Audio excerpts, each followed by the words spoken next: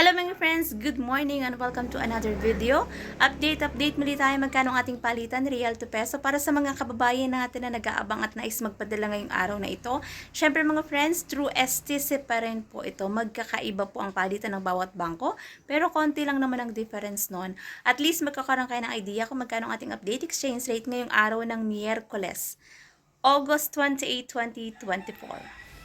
Update natin, 1 real equivalent ng 14.90 pesos. Para sa mga kababayan natin na nais magpadala ngayong araw na ito, yan po ang ating update exchange rate through STC ito mga friends, sa STC Pay to Bank Account, kaya medyo mataas pa ang palitan kasi batid naman natin ng mga nakaraang araw talagang bumaba yung exchange rate. So ngayon medyo tumaas ng konti.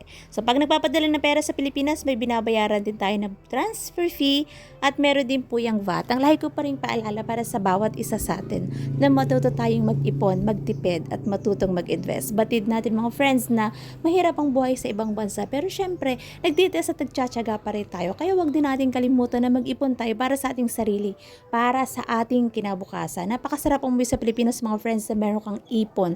Ipon na magagamit mong pagnegosyo pag nais mong magnegosyo sa Pilipinas, kasi batid naman natin na sobrang taas ng bilihin ngayon dito sa Pilipinas. At kung meron kang ipon, malaking tulong. Kasi masarap mamuhay sa Pilipinas mga friends. Pero syempre, kailangan meron ka ditong diskarte. Marunong kang dumiskarte sa buhay.